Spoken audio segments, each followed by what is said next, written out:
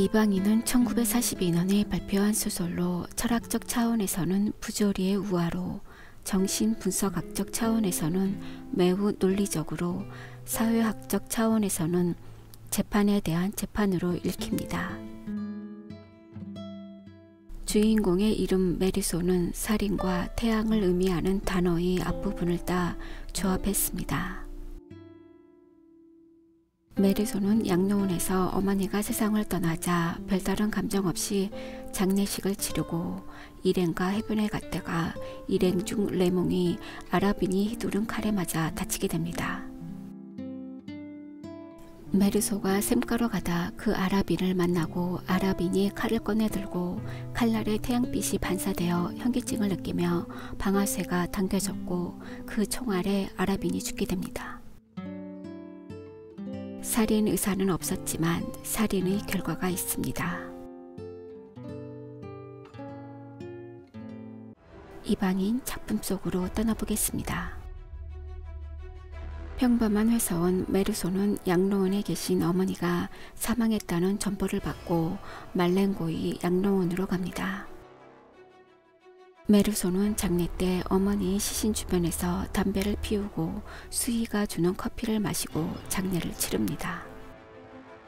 그러면서 어머니가 양로원에서 새로 약혼자를 사귀었음을 알게 됩니다.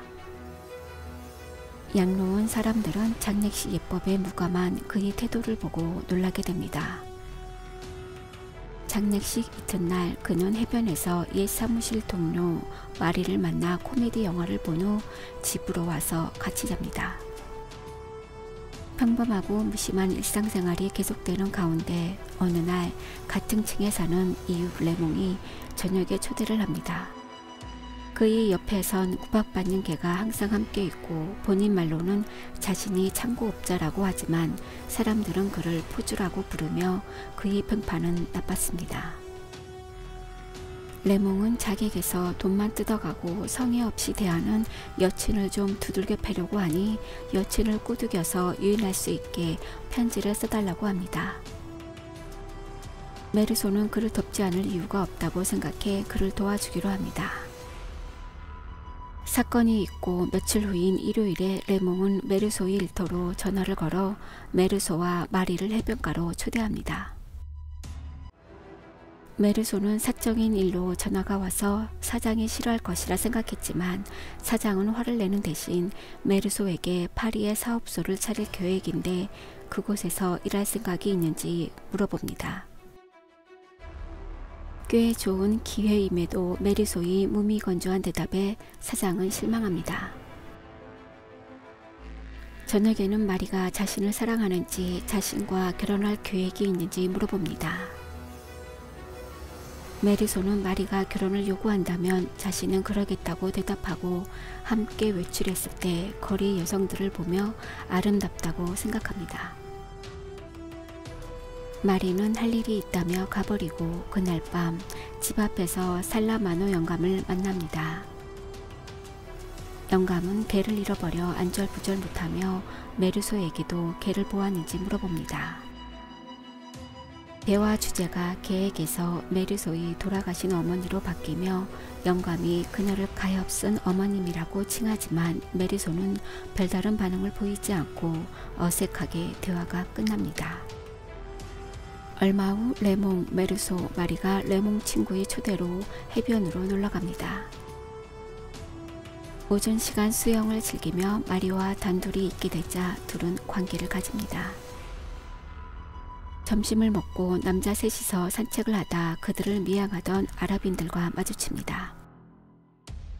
그 아랍인들 중에 레몽 옛 애인의 오빠가 있었습니다. 싸움이 벌어지는 가운데 아랍인들 중 한 명이 칼을 휘둘러 레몽이 다치고 아랍인들은 도망갑니다. 레몽은 치료를 받고 와서 셋이 다시 해변가를 걷는데 아까 레몽을 공격했던 아랍인을 다시 만나게 됩니다. 이번에는 레몽이 총을 꺼내 그들을 공격하려 하지만 메르소가 말리면서 권총을 넘겨받습니다. 레몽은 남자답게 주먹으로 싸우고 만약 아랍인이 칼을 꺼낸다면 자신이 총으로 쓰러뜨리겠다고 합니다. 아라빈이 뒷걸음으로 사라져 소동이 마무리되었지만 메르소는 답답함을 느끼며 강렬한 태양빛을 피해 혼자 그늘진 샘가를 찾아갑니다. 샘가에는 이미 레몽 에이느 아라빈 오빠가 와서 그늘 속에 누워 있었습니다. 칼을 꺼내든 아라빈과의 팽팽한 대치 속에서 태양이 너무 눈부셔서 자신도 모르게 품에 있던 권총으로 그에게 5발의 방아쇠를 당기고 맙니다. 메르소는 자신이 죄인이라는 것을 실감하지 못하는 듯 재판을 관찰하면서 구경합니다. 예심과 분심에서 그에게 쏟아진 질문은 아라빈 살해 경위가 아니라 어머니 장례 태도에 관한 것이었습니다.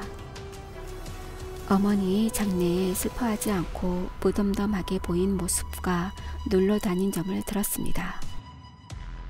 메르소가 못질이 덜 된 관 뚜껑을 열어 어머니의 시신을 보지 않았으며 수의가 권한 커피를 마다하지 않았다는 점, 어머니의 정확한 나이를 알지 못한 점, 운구 행렬 동안 울지 않았다는 이유로 냉혈한 취급을 받습니다.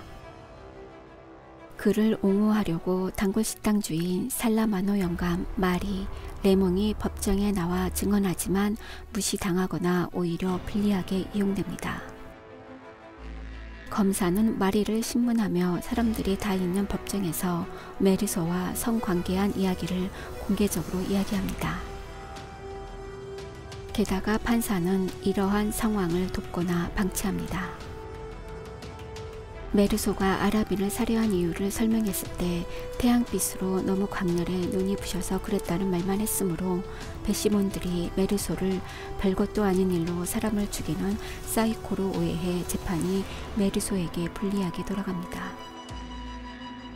재판이 이어지면서 검사는 메르소가 후회한다는 말을 단 한 번이라도 한 적이 있냐며 그를 아라빈의 살해를 사전에 계획한 사람으로 칭하고 마리는 그런 그의 정부라고 부르며 상황은 악화되어 갔습니다. 변호사는 메르소에게 아무 말도 하지 말라고 하며 최선을 다해 변론하지만 메르소는 자신의 죄를 다루는 재판에서 동떨어진 느낌을 받습니다. 무난하게 풀려나거나 가벼운 형벌을 받게 될 것으로 예상되었지만 그는 어머니의 장례권과 불충분한 자기 변호로 인해 계획 살해범과 무자비한 인간으로 부풀어지고 있었습니다. 저는 이 사람이 범죄자의 가슴으로 어머니를 매장했기 때문에 유죄를 주장하는 바입니다. 오늘 엄마가 죽었다. 아니 어쩌면 어제. 모르겠다. 시대적 배경을 알아보겠습니다. 이제 알제리는 프랑스의 땅이다. 1836년 소마 전투를 묘사한 그림으로 이 전투로 프랑스의 알제리 식민 지배가 확고해졌습니다. 까미의 가족은 알제리에 거주하는 프랑스인이었습니다. 제국주의가 본격화한 프랑스는 1830년부터 알제리를 지배하고 있었습니다. 작중에서 구체적인 연도는 나오지 않지만 프랑스 식민제국 시대이고 현대식 아파트, 버스, 타자기 등을 고려할 때 소설 내의 시대적 배경은 1930년대에서 1940년대 정도라는 것을 대략적으로 남아 유추할 수 있습니다. 프랑스는 프랑스 대혁명과 나폴레옹 집권기 등의 진보적인 사건을 겪었으며 비스마르크를 위시한 프로이센과 펼친 포블 전쟁에서 패배하는 굴욕도 겪는 시기였습니다. 작가에 대해서 알아보겠습니다. 알베르 까미는 1913년 알제리에서 프랑스 혈통의 포도농장 노동자 루시엥 오기스트 까미와 스페인 혈통의 하녀 카트린 생테스 사이에서 태어났습니다. 제1차 세계대전에 징집된 아버지가 전사한 뒤 어머니는 알제리 빈민가로 이사했으며 가정부 일을 하며 두 아들 루시엔과 알베르를 키웠습니다.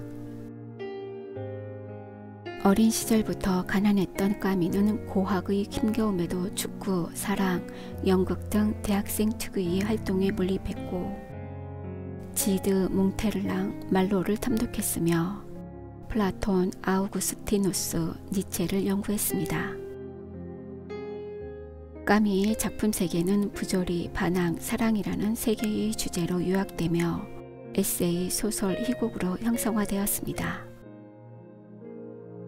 이방인으로 까미는 유럽에서 가장 유명한 작가 중 한 사람이 되었으며 20대라는 나이에 노벨 문학상 후보에 거론되기 시작합니다. 그리고 결국 1957년 44살이라는 젊은 나이에 노벨 문학상을 수상하게 됩니다. 대표적 작품으로는 이방인, 시지프 신화, 칼리큘라, 오해, 페스트, 반항인, 정의의 사람들, 계엄령 등이 있습니다.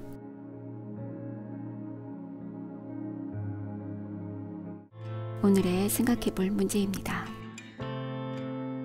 첫 번째, 이방인은 1부와 2부로 나누어집니다. 사건을 중심으로 어떻게 나누어진다고 생각하나요? 두 번째, 사회적 차원에서 볼 때 이방인은 재판에 대한 재판으로 읽힙니다.